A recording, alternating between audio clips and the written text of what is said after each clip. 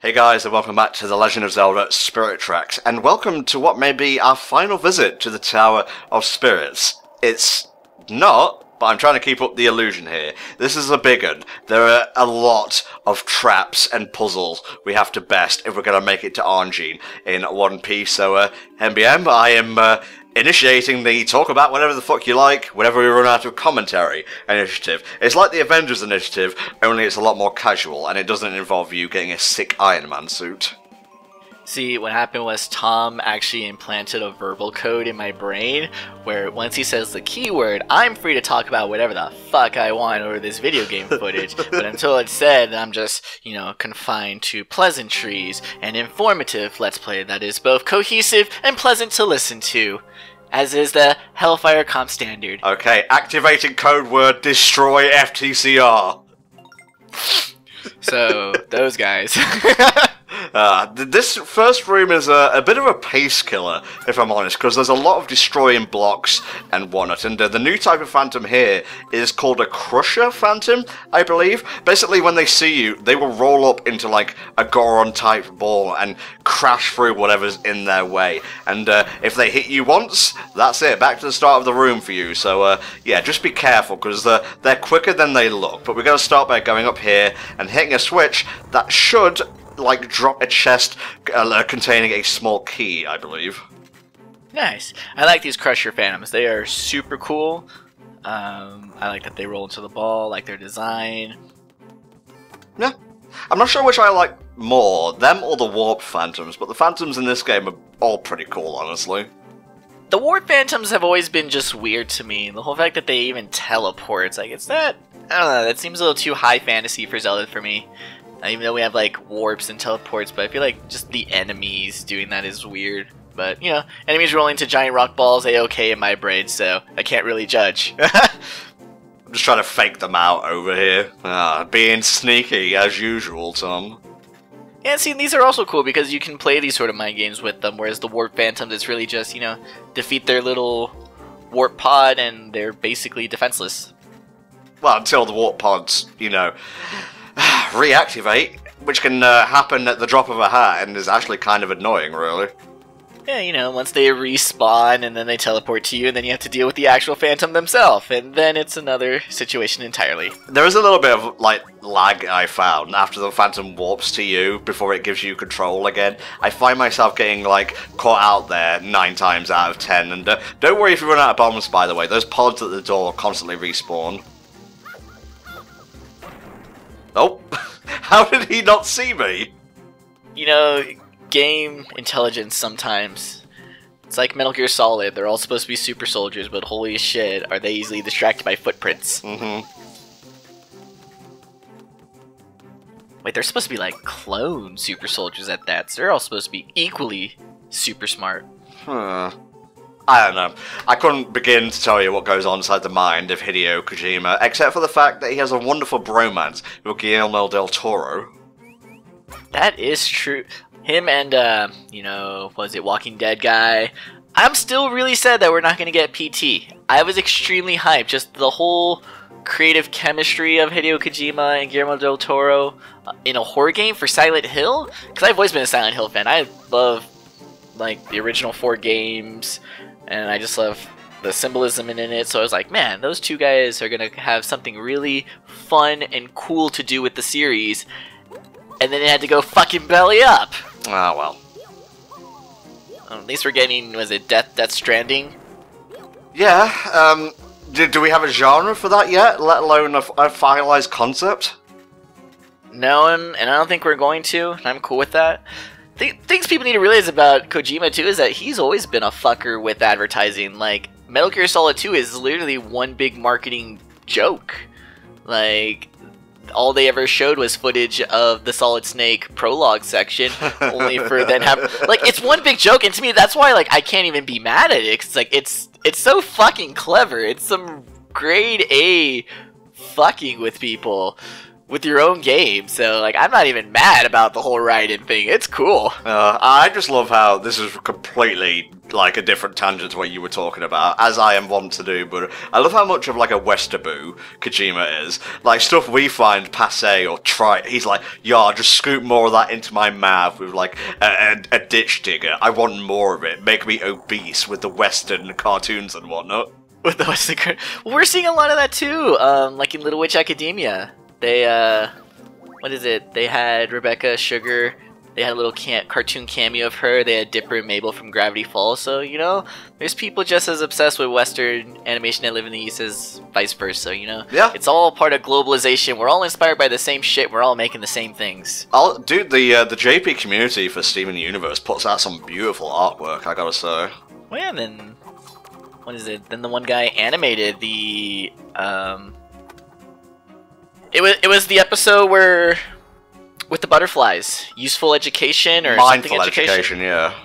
Mindful education, yeah, because that had a guest animator from Studio Trigger. He's still pretty hype in the SU scene. I have to say, I hope he comes back. Maybe like, I don't really see him doing anything for the rest of Season 5, but Season 6 onwards, and let's get off the SU tangent, otherwise I'll be on that train for the rest of the pod. Anything else you want to say about this particular visit to the Tower of Spirits, mate? Just that... Because I'm afraid if we're going to miss the floor. I've been trying to keep count, but since I have some time here, there is a version difference between the English and the Japanese. So aside from the whole differences in names, there's actually a difference in gameplay between Japanese and English in that when we get to the 25th floor, it doesn't exist in the Japanese. So they added extra fucking floors to the English version. Huh. And yeah, and we already passed it too, but during the 5th visit, there's actually...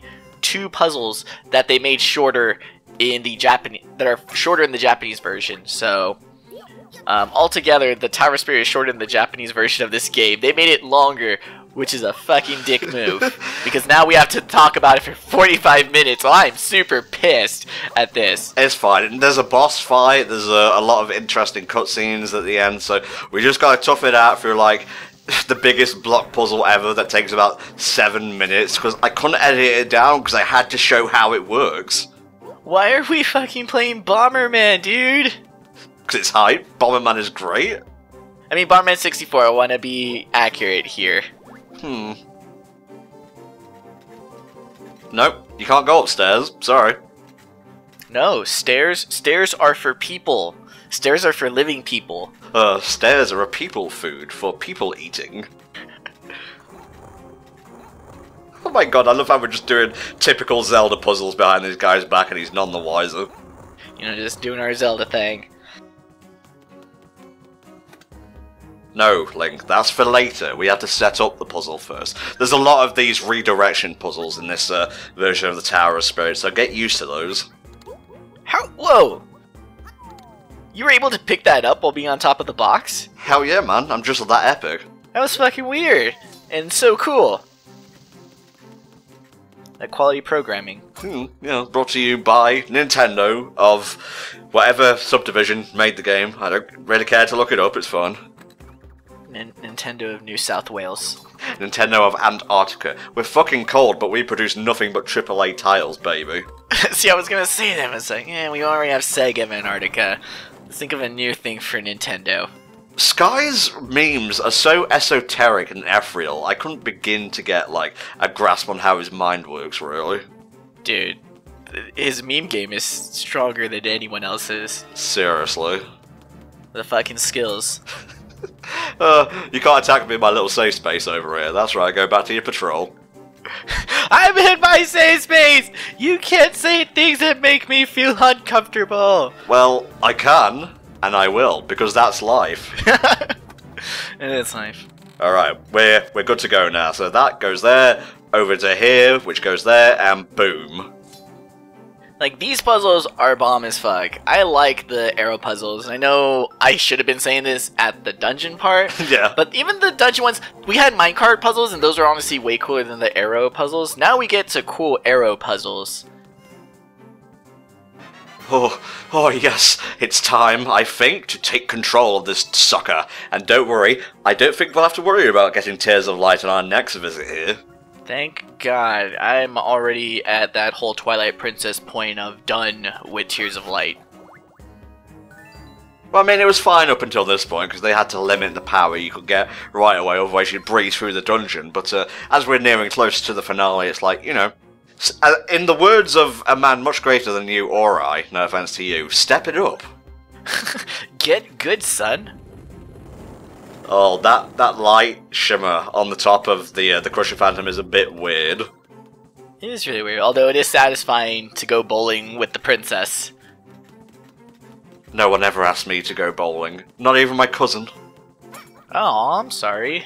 I went bowling when I went to prom, but that was a thing. One odd thing to try and make me feel better with. I'm sorry that you didn't go bowling, Tom, but I did during my prom, which you obviously didn't go to. Yeah, you didn't. Why didn't you go with me to prom, Tom? Okay. I asked you in everything. I had a boombox. Oh, you're too good for me. That's the problem, mate. Oh, that's what they all say. See, the problem with MBM is he's too handsome. His dick game too bomb. His memes too delicious. Oh, my meme's too dank. And that's funny because you do smoke the dank, so it's a twofer, that joke. It's got multiple layers. Every stanza rhymes with the last one. I'm going mental, mate. I don't think I can take another 5 minutes of this. You got me. You got me. My pride of my meme dankness is always going to surpass my weed dankness. A man's got to have his priority. Oh, come on. That's just hilarious. You just casually bonk them and it stuns them. Yeah.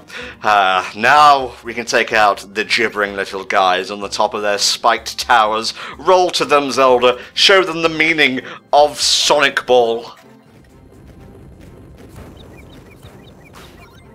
Now you can use the light speed dash attack.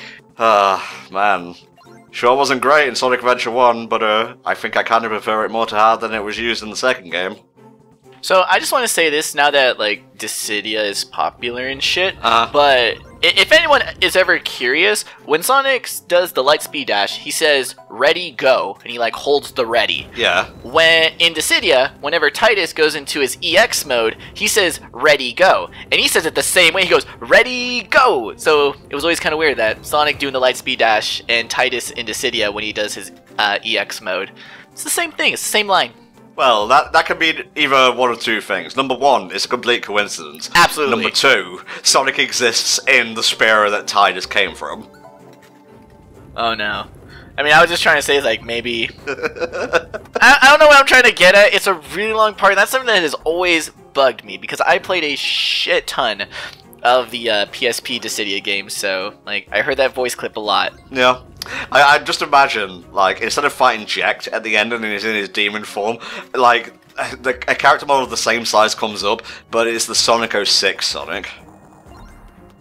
See, now I just kind of want to see Braska's final Aeon fuse with Perfect Chaos, like, that Aeon, but all watery.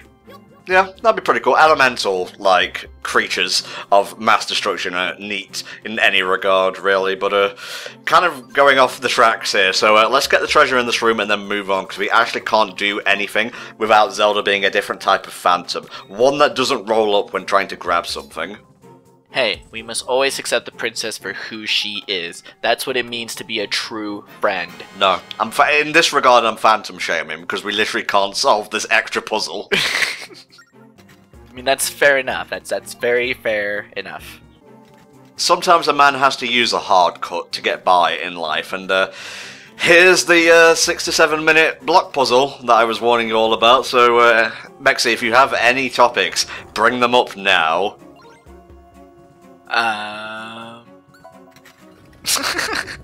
You put the pressure on me, bro. Well, according to... Yeah, you know what? I can't even look anything up right now. Well, let me try and give you a topic that's at least tangentially related to Zelda. Think of a dungeon that is neither good nor bad, that just sits directly in the middle, and sing its praises. It sits right there in the middle? Yeah. You know what? Because a lot of people don't talk about the 2D dungeons enough. Let's talk about some of those. Okay, first dungeon in Oracle Seasons is a fun dungeon because it's basically a remake of the first dungeon of the first game. It's shaped like a bird, like in the first game. Yeah. It's got mine carts, which is neat. We see a lot of where the Oracle game design was coming from. Oracle of Ages, even though both games were being made at the same time, you kind of got to understand that the idea and the game design started in Seasons. So Seasons is like the first twin. Like, they're twins, but it's the one that came out a little bit ahead, so you can start to see more of the building blocks of it. So that first dungeon is really nice. It's very simple. They bring back the boss. They bring back Aquamentus.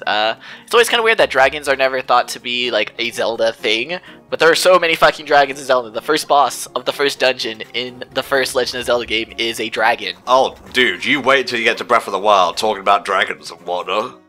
I know. Well, to be fair, and because we always keep talking shit, but I like the dragon designs in Skyward Sword. I do too. They're fine.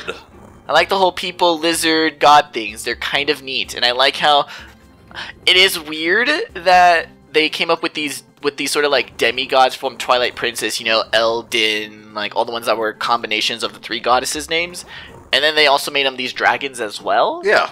But I like the dragons. They're super cool. I like the Thunder one. I like his big cloudy beard. Cloudy beards are cool. He's the best out of the three, I think. He's also the one you get the Hyrule Shield off. But let me actually look up some dungeons here and see if I can do my own spiel, because it's not fair to have you sandbag the entire thing above. Just you pick the dungeon and we'll both talk about them. Fair enough. Okay. Pick a game. Let's talk about something in Wind Waker. Let's go back to Wind Waker. It's still Toon Link. Alright, let's see. The Wind Waker. I always forget the at the beginning, but that is its actual name. Do we have a list here? I'm scrolling down. Dungeons. Thank you, Zelda Wiki. We have Dragon Roost Cavern, Forbidden Woods, Tower of the Gods, Forsaken Fortress, Earth Temple, Wind Temple, Ganon's Tower. I am gonna stand for the Earth Temple. It's neither great nor bad, but I love the spooky atmosphere it has. The boss is fun. I think out of the two travelling companions, no disrespect to Makar, but I think travelling with Medley, someone of similar stature, to Link, gives a whole new dynamic to the game, and it's interesting. Again, it's kind of harder to talk about a dungeon that's in the middle rather than one that's explicitly good or explicitly bad. Yeah, it's kind of weird that you mentioned that, because we did a lot of things in this part that are similar to the Earth Dungeon. The arrow puzzles are really similar to just the light beam puzzles. You know, you're bouncing something from a source along a path to get it across the room, whether it's an arrow or light beams. And then, you know, it's the first really good partner dungeon, and now we're playing the really good partner game. Yeah. Yeah, and one thing that was always super cool about the Earth Dungeon is that it's so spooky. It's basically the scary dungeon of the game, but its name is so innocuous. It's not the Shadow Dungeon. It's not, you know, whatever graveyard. No, it's just the Earth Temple. Yeah, very much so. And it's like, oh shit. Oh no, it makes sense because people are buried in the earth. Oh no. There you go. That's a good dungeon. It is, but it's not great, nor is it terrible. Now I'm going to ask you to do something in the opposite direction. I want you to sell me on one of your least favourite dungeons. Oh. Okay. Any game, any dungeon that you deem to be either meh or really bad. Okay. Let's see here. So we're going to go Tried and Classic here. I'm gonna go for the big fish here. I'm gonna tell you guys all about why the Water Temple in Ocarina of Time is pretty good. It's a really good dungeon. So, its design with Ocarina of Time is that they were trying to build dungeons that were vertical. We wanted vertical dungeons. We have 3D. We can look up. We can look down. So that's why the Deku Tree is literally like multi-floor and it's just one big cylinder. Right. The Water Temple is similar. Believe it or not, inside the Deku Tree and Water Temple are actually pretty similarly designed, where you have this center chamber that you can go up and down, and then you have the extending rooms from it. So then you're already familiar with how basically the Water Temple works out from the first dungeon in the game. So thank you, good game design. Then we add the new thing of the water physics. So the Water Temple, just from a technical standpoint, they're starting to do a lot of things that now that they have the technology to simulate, they took advantage of it. Like, they went all out with, we want you to float in water, we want you to sink in water, we're going to use water as weird little platforms. Doesn't make quite sense, but roll with it. Roll with it. And it's something that I've always described the Water Temple as, is it's very Metroidy, in that you change the water level, and then you explore the whole temple to see what's changed, what areas can you get to that's different, what new rooms have opened up. A lot of the Water Temple, there's cracked walls that you can't get to unless the water's at certain levels, so, you know, you essentially re-explore these same side chambers multiple times, either because you have a different item, like when you get the long shot, or because the water level is different. The mini boss of the Water Temple is great. It's Dark Link. Like, it's thematic. It's great. The boss fight makes no sense and sometimes can be completely unbeatable. But you know, roll with it. Have some dense fire. Don't be a baby. Ah. There's so many ways to beat Dark Link, and that's another thing that's super cool about him, is that it's not just a puzzle boss fight where, you know, use this item at this one moment, and that will give you access to the one window to slash him a whole bunch of times. Like, no, it's a fight. It's a dog fight. Like, you slash him, he slashes you. Good music. Good design. Lots of, like, sleek designs on the wall. Dragons. I like dragons. Yeah, water dragons. I know. And Morpha. Morpha is a dope boss. It's an amoeba that you can poke into a corner. And honestly, Morpha kind of scared me the first time because I kept falling into the water. So. Oh yeah. Especially when you get the heads up to not fall into the water. Also, I did say pick a dungeon you don't like and stand for it, not just one that's like... No, I fucking hate the Water Temple, dude. Oh, okay, well, you solved both the equations then, and we're done now, so... I fucking hate that dungeon. That dungeon can go rot in a sewer. Wow. Let it be known forevermore that Mexi can stand and sell as a thing that he does not like to people who might like it, and that's why he's a great commentator. Okay, we can finally move forward now, and from block puzzles, we move back to the arrow relocation things with a dash of lava to spice it up. Nice. Not yet, though. Don't get ahead of yourself. We have to change phantoms first, because, you know, obviously, Zelda cannot carry us across the lava while she is a Crusher Phantom, so we have to find the regular variety. Right. I like how this is pretty cool. It's almost like an inventory for Zelda. But it's just an inventory that's the worst way to change between items, because we have to go to different floors of this tower. Yeah, I suppose, like, in a more ideal world, you could collect, like, transformations and have a switch between them, but you would have to really, like, go ham on the level design to make that work correctly without it being broken. Why not? I could see that being the next logical step if they would like to continue the Spirit Tracks. I would actually prefer it to be like that, is have you change between different forms of the Phantom more quickly, but because you do that, you know, have puzzles that require you to, you know, change more timely or change more frequently. I mean, Zelda puzzles all the time require you to change your inventory item. Yeah. Certain enemies require you to do it. You can make puzzles where your Phantom requires as much changing as your inventory. Oh, here we go. The level of challenge is being ramped the fuck up. Oh shit. It wasn't 1 or 2.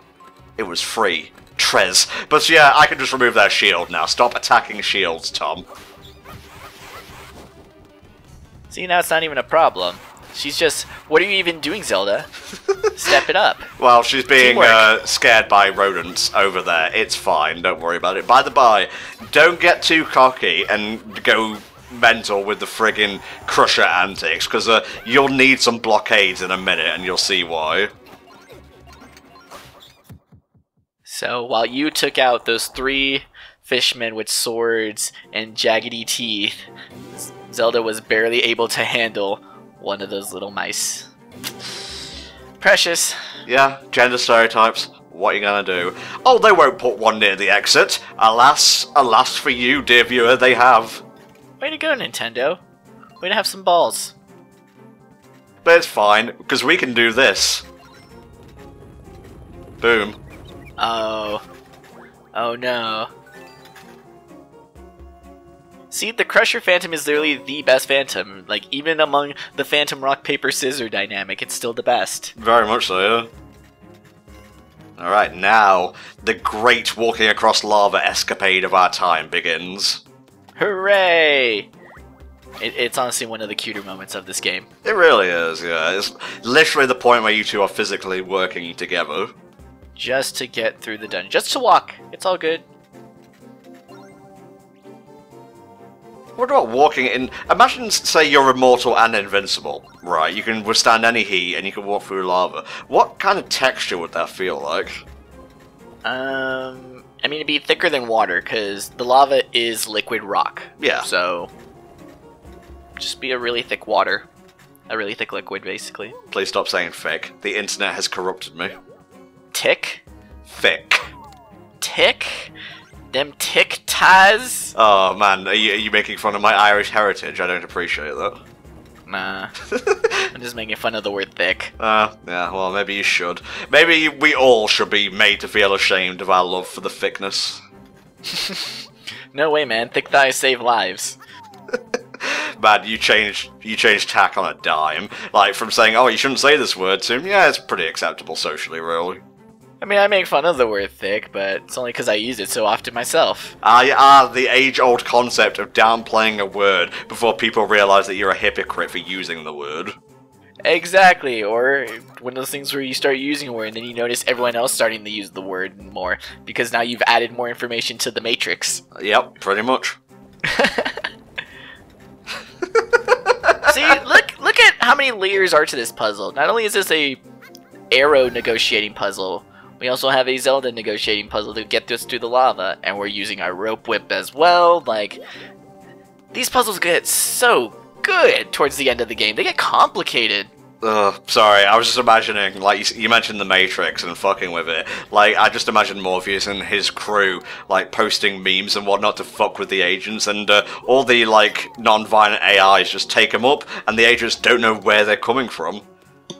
No, see, what's going on is that Morpheus and his Resistance crew are using memes to get people to realize about the Matrix, but their ad campaign is just not good. None of them just have that spark, so all they do is just make a bunch of really sad and pathetic internet pictures. Stuff that would make Cranky Kong blush, essentially.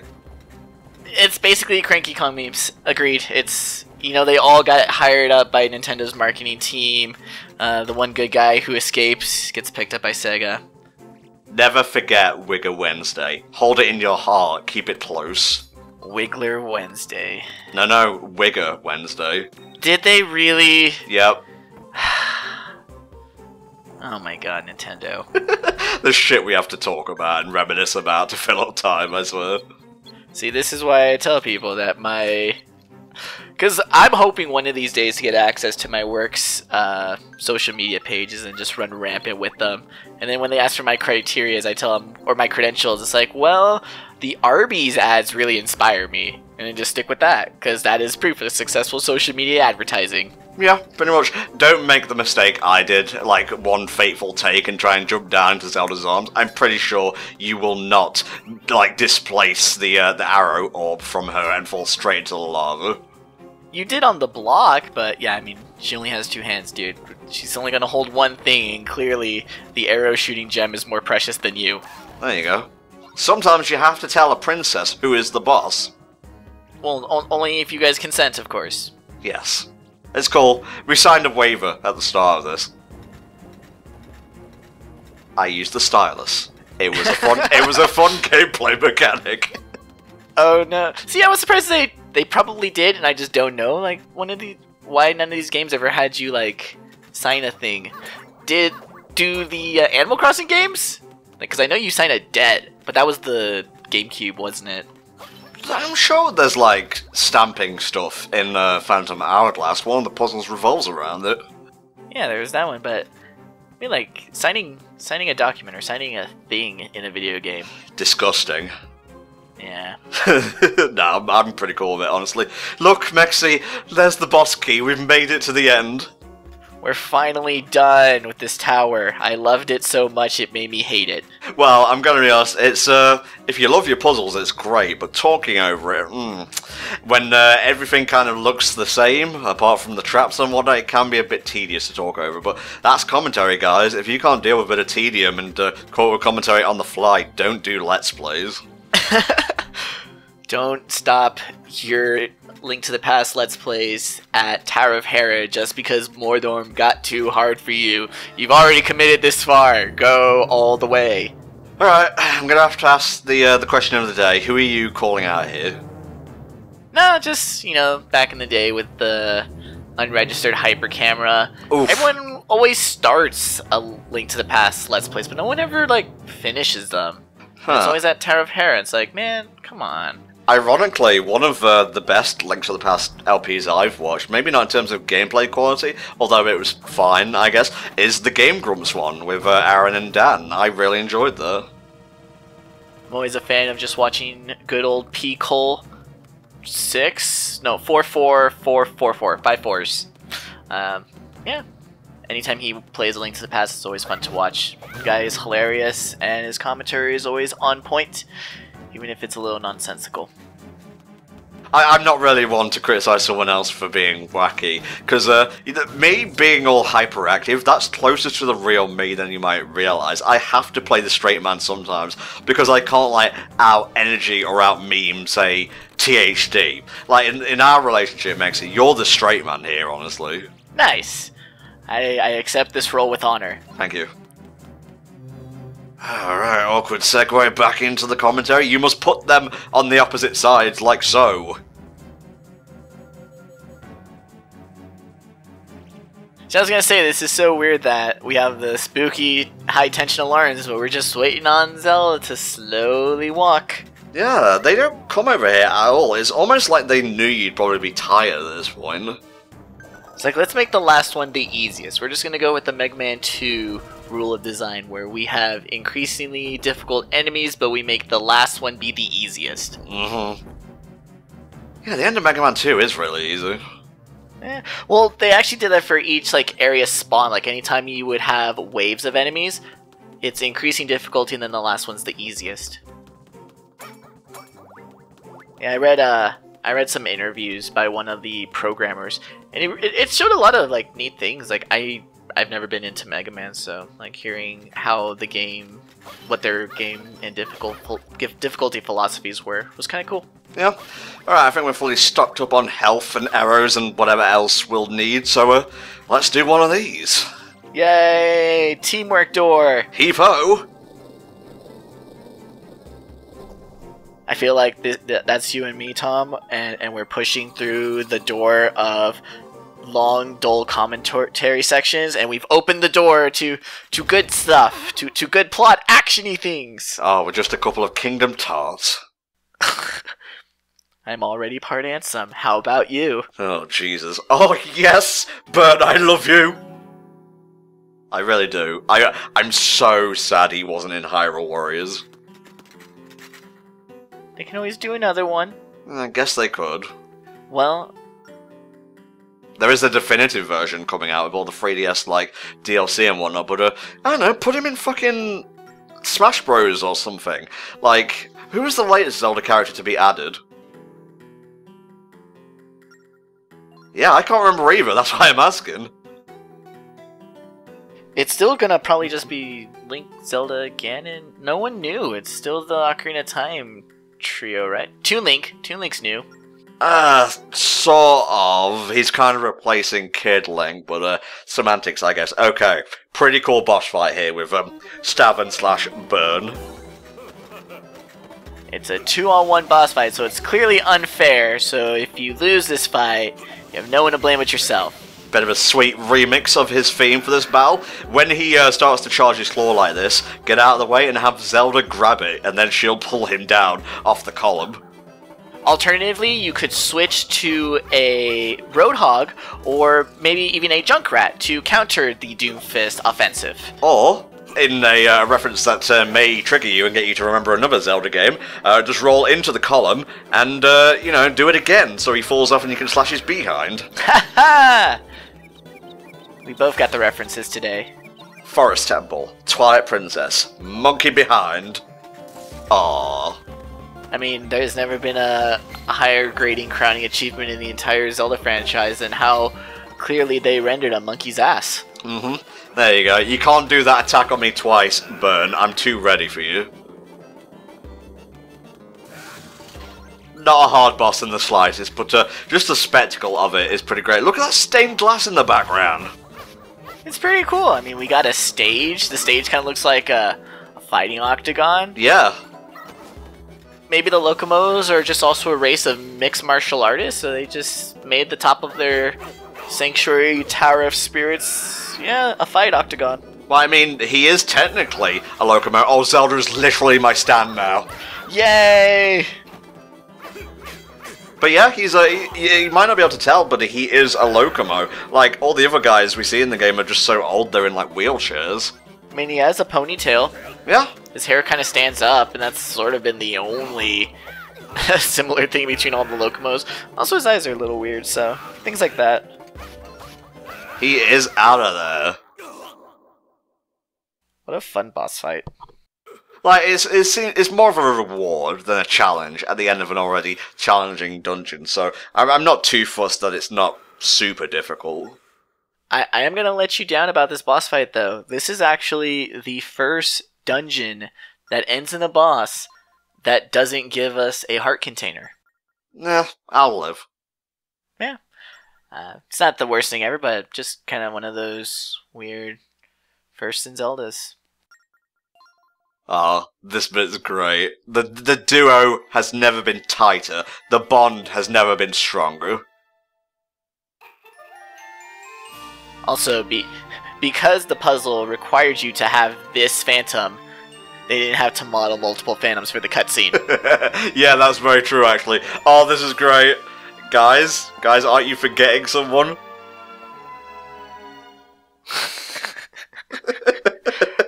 Oh, Spirit Tracks. Womp this is why you're so good. Yeah, you better run. I love this game so much. Okay. Frivolity time is over. Let's go. We have a princess's body to save. And, you know, an ultimate evil to keep sealed. Kingdom to restore. And also, there's still that little fucker with the two horns running around. I don't know what he's up to. I don't know, like lottery fraud or something. Evil stuff. This kind of reminds me of the run-up to the Helmrock King, honestly, where you would swing your way up with the grappling hook. Ooh. No, see, that... the octopus fight reminded me of that. This reminds me more of actually Ganon's Tower in Ocarina of Time. Like, this feels pretty endgamey. Oh, yes. But it is not the end game, because as you can see, there is no finale tag in the title. As you can see, there's not 30 minutes of us not talking on this video, so... I'm sensing betrayal in Chancellor Cole's future. Towards Burn, that is. Are you... he's like part dinosaur. Well, more demon than dinosaur. Here we go. The transformation. Come forth, Maladus. Also good music to play with this as well. Yes, the body gets possessed. We've all played Twilight Princess. We were all there. What was it with possessing Zelda? Did, like, someone, like, have a bit of a thing for that at the time? I mean, I could tell you, but we'd have to get into a lot of things, including the male gaze, and I don't think we want to go there. Yeah. God, look at those eyes. They're the creepiest part. Like, even possessed Zelda and Twilight Princess wasn't that demonic. Like, Burns' eyes creeped me out at first, but Zelda goes all out with the Majora eyes. The blue eyeshadow doesn't actually help. In fact, it accentuates how creepy it is. It's super cool. Like, the low-res lighting is part of the style with this game, too. Like, because everything's kind of shaded there, but so good. Haha, you silly bitch! You thought we'd trust you? You worked with stinky spirits! I love Cole's theme as well. That one, the Zelda summoning, and all they all have these weird like flute bits and in it, or whatever this pipe is meant to be. It's like it's a theme, a central motif. Oh, Burn. You should have been quicker, mate. You could have at least lopped off a horn. I just noticed that one horn is shorter than the other. I think he might be compensating for something. Right? Also, another thing that I feel that is so good in Spirit Tracks because it's a response to Phantom Hourglass, the bad guys. They have so much personality. Yes. Just describe the bad guy of Phantom Hourglass. Big eye. Yeah, like nothing. But the bad guys, even with little of malice we're gonna get here, like all the bad guys, personality, they ooze it. Alright, well, we're gonna go break in Zelda's body. No, not that way, you perv. Not used to the body. Yeah, that's called puberty. It happens. We all go through it. You'll watch a movie about it in middle school. Summon train! Oh my god. Ah, the 5 o'clock is here. Wonderful. Is this how we get to Hogwarts? Oh, the Hogwarts highway to hell. It's like once you get expelled, this is where they take you. You ride this train to go to the alternative school. Yeah, no, yeah, that's the train you get on when you're expelled. But I was expecting, like, treats on the trolley. Sorry, the only trolley you'll be seeing is the one you'll be riding straight into the pit of fire. See, this is my favorite Guardian Force because if you use it, you can inflict all the status effects on all your enemies. Whoosh, straight over my head. Sorry. Yup. It's okay. It's there for some, not there for others. Oh, we got here, like, just in time to see everything go tits up. That's gotta sting a little bit. And in true Zelda mockery, it's time to clean up all the fucking mess. We were just too late for everything to take place. She's not dead, hallelujah! But where has she been? Probably licking her wounds, honestly. You're not a ghost. No, not like you, dear. Not like you. When ghosts are still afraid of ghosts. Barely. I mean, Burn and I did have the best, amazing, most epic clash in Zelda history. So great that we couldn't even animate it. It was so expensive. It was so cool. You all should have seen it. I wish you had, but you didn't. I am amazed that they never made an action figure out of Burn with his, like, shooting arm action. You're disappointed that Nintendo missed an opportunity to make a kick-ass toy? Shocked! Absolutely shocked, my dear! It's always weird seeing the interior of the Spirit Train, even though we've been here before. It's like a forbidden place that only passengers may enter. But it's so nice to have! It makes the train feel like a thing. It makes it feel real. Like, yes, if you had a train, you would have meetings in the back of it. I mean, this is basically our Chamber of Spirits. It's where we have all of our plot cutscenes, but we can never go ourselves, but... you know, it's good enough. It's low-key, because normally, yeah, it's like a chamber of sages, but now it's like, nah, this is the trunk of my train. Yeah, basically the passenger car of destiny. Oh, we're winding up to lore, get ready. Yes, yes, this we knew. The Bow of Light, a never before and never seen item in Zelda canon. I mean, it's just the silver arrows. Again. I mean, it's just the Bow of Light. Again. Again. And this one isn't even granted to us by the 4 light spirits, although that was bestowed as arrows. Yeah, sometimes it's that the arrows are magic, and sometimes it's that the bow is magic. And they only started being light arrows in 3D, because they were still silver arrows in Link to the Past. Silver arrows in 1. And this is the first time they actually make it be the bow, because all the other times it's the light arrows. So that's actually kind of cool, too. Yeah. Oh, don't worry, Zelda. We'll be here whatever. Even if you're a ghost forever, I shall call you Casper and feed you ghost treats. It's like, look, you're here for the long haul, so... might as well buckle down. Time's about to get weird for you. Yeah, best get used to it, dearie. Oh, the desert temple. You thought you was getting out of this game without a sand area. No, no, no. Yay, we're getting more dungeons. I love you 2D Zelda. You always find a way to make yourselves just as long, if not longer than 3D games. Like, they know how to do it. Oh, all of my abilities. Even my ability to love. Oh, no, video games don't challenge that yet. Maybe they shouldn't. Too deep. Too emotionally raw. Plus, how do you rate the amount that you loved on a 10-point scale to developers? Yeah. It would just, there'd be riots in the street. Like, we can't rate this video game! No! Despicable. This is the cutest goddamn thing in the entire game. Oh. Step aside, Punchy Sonic. It's time for Punchy Zelda. And Bird's just over here like, yeah, I guess that is pretty kawaii, but I'll never admit it. Baka. Yeah, they did beat my ass. They did win in a fight. They did. You're out of steam at this point, mate. I know I am. I've had to pitch the Water Temple and talk about other Zelda dungeons. Like, this has been a trial. It has. In many ways, we've found ourselves anew, and we have become shinier, more hard-edged, and tempered with steel. I was supposed to get a reward for this side quest. Where's my fucking heart container? The reward is you don't get to talk to me for like another week or so.